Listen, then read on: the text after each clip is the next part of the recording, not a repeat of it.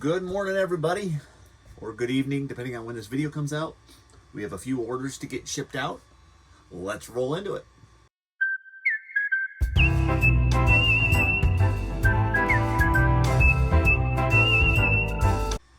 Yeah, not a huge sales day.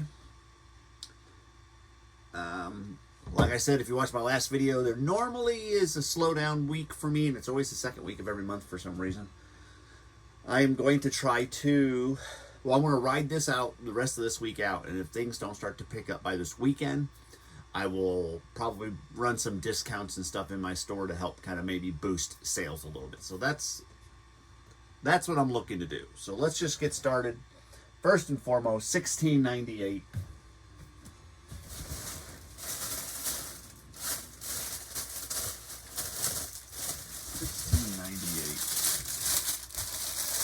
This is a Levi's.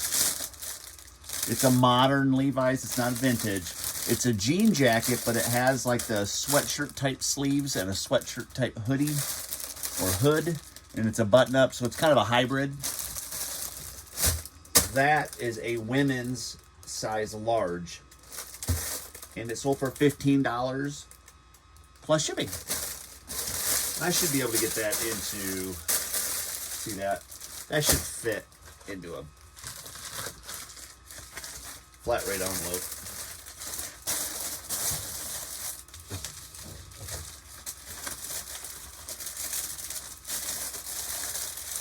Oh, and it will fit.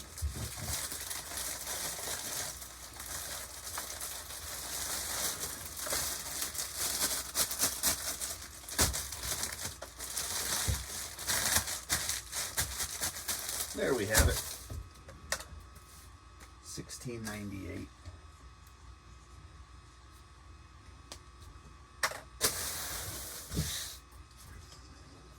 $7.40.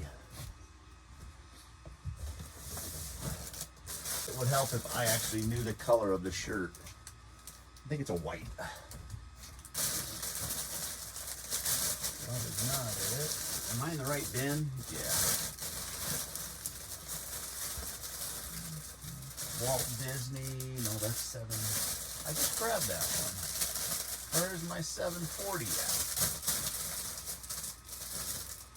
Oh, there it is. It got pushed down. This is a Walt Disney World t-shirt, but it's got all this embroidery on it. There's a lot of it. I don't think it's vintage, although it is the Walt Disney World tag. But just a really nice tee. And it sold for $14.38 plus shipping. I realized in some of my videos I mess with the plastic too much and it's really loud. I switched from this cheaper plastic to Ziploc style bags, and the sound is a lot better. But I need to keep my hands off these darn things.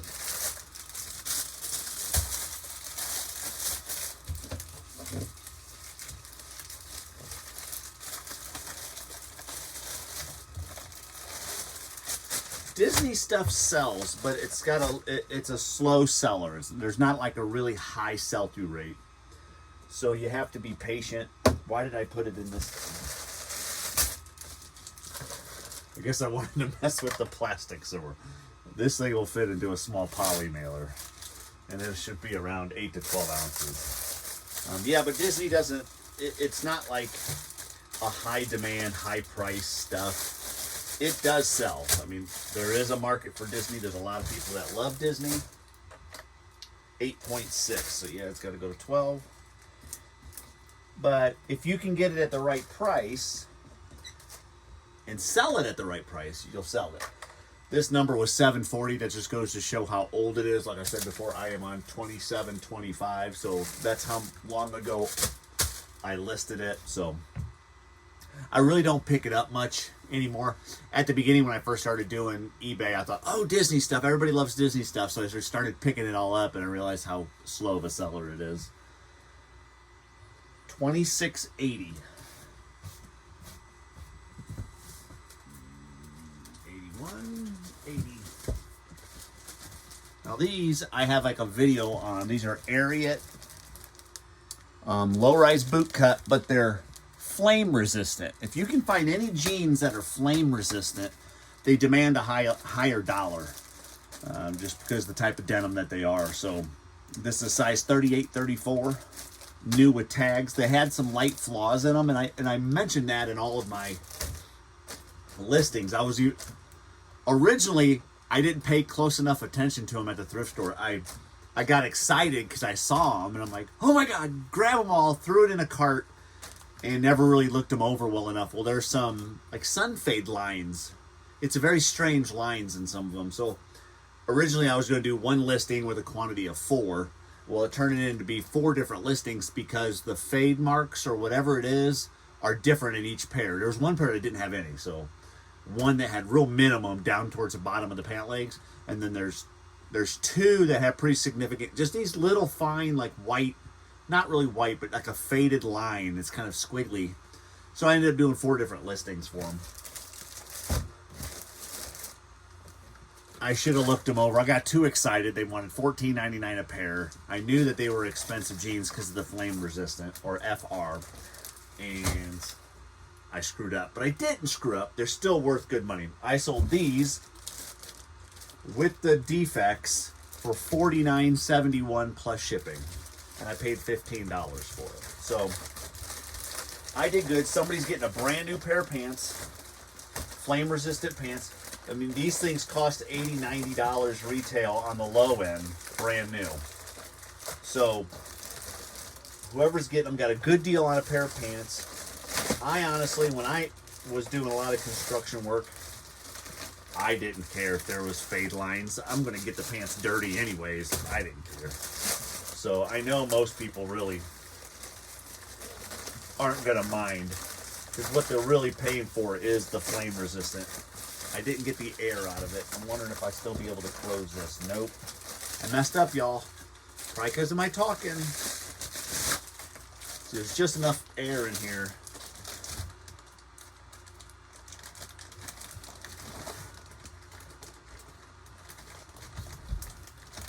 There we go. Let me do this again. But yeah, the flame resistant jeans, I think Carhartt makes some. There's a few other brands that are flame resistant. And you're asking who buys them. I know of a specific, like lineman, electrician lineman, use them. I'm sure there's a lot of other trades that are around, whether it's welding or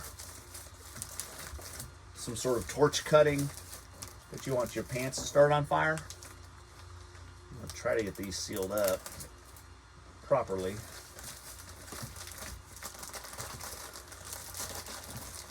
This is a snug as a bug in a rug fit.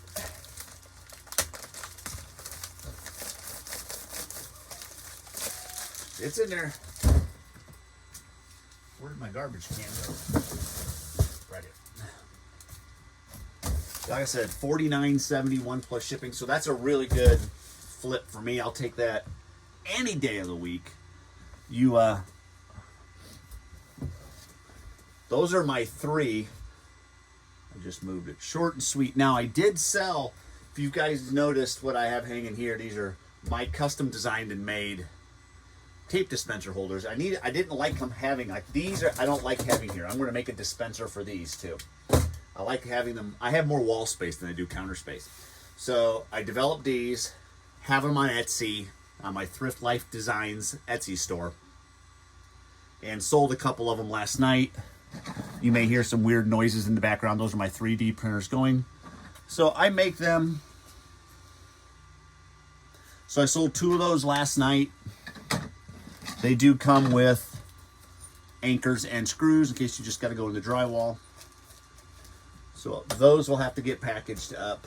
But like I said, if you go to my Etsy store, Thrift Life Designs, all one word, I have a lot of, well, just fun little t-shirts and things I designed as far as more resale, garage sale oriented, eBay reselling oriented. And then I have these holders on there. I love these things. I freaking love them. And like I said, I'm going to make something for these to kind of store in so they're hanging. But other than that, that's kind of it. Yesterday was kind of just a listing day, trying to get things taken care of here, get my listing quantities done. I listed 8 active and then 3 others into my drafts. You always want to, we'll talk about that for a minute. When you're doing a listing on eBay, when you get down to the very bottom, before you actually list it, there's another button that says save for later. I do 10 a day. I always say I do 8 because I do 8 active each day, but I actually do minimum of 10 listings every single day. I put 2 into that save for later. That's your draft bank. And the reason I do that is I always want a day off during the week where I don't have to list, because I just want to get things done around the house. I have errands to go run, family time, and it doesn't bother me to list every day.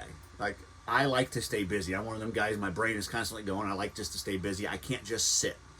So it's not a big deal to list, but I have other things I want to do. I do want to spend time with my wife. I want to spend time with my kids. So I definitely want to put aside at least 1 day a week. And so by utilizing a draft bank, putting 2 in every single day minimum, yesterday I did 3, I could take an entire day off and still have 8 listings go up that day. I can sit down if we're watching TV and you click on resume draft, like you'll go into your drafts, resume draft, and you can scroll through, make sure everything looks right, and then list it.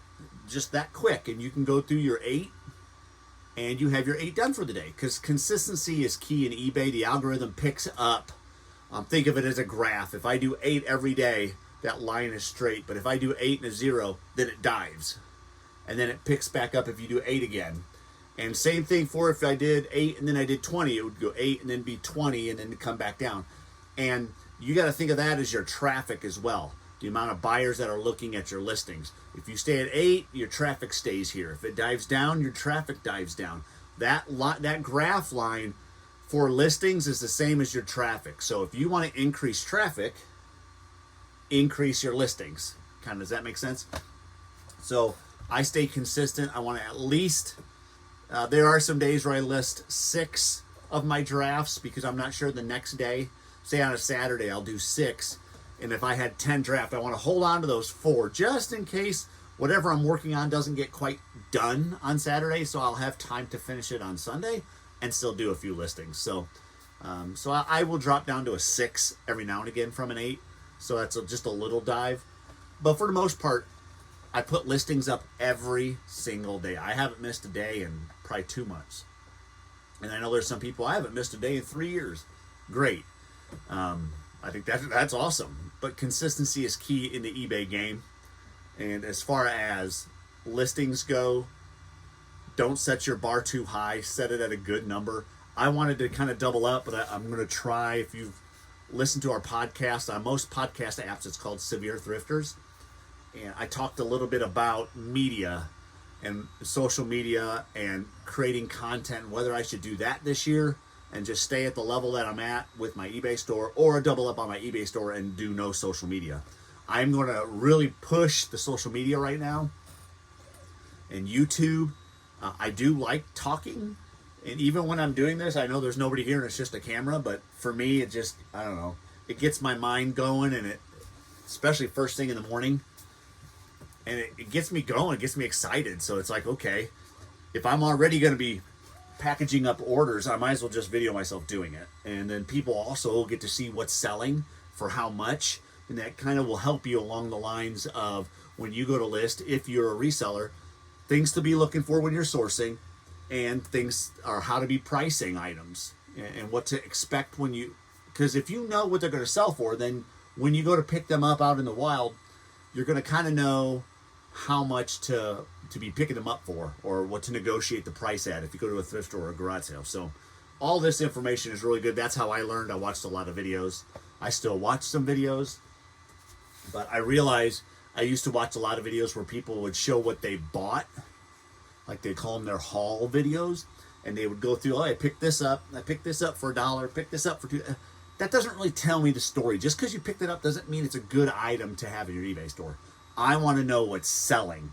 And so for me, I think that it's most important that you watch videos of things that have actually sold and for how much, because that gives you a better idea of what's selling right now and for how much, where the market value is on most things. So always, if you're going to watch videos and you're interested in reselling, or you are a reseller and you're kind of new and you're looking for more info, try to find the ones on things that have sold. Picking them up isn't really I don't know, I could pick up a lot of things, but if it, like that one was number 740 or whatever, it means I've held on to it for probably 9-10 months.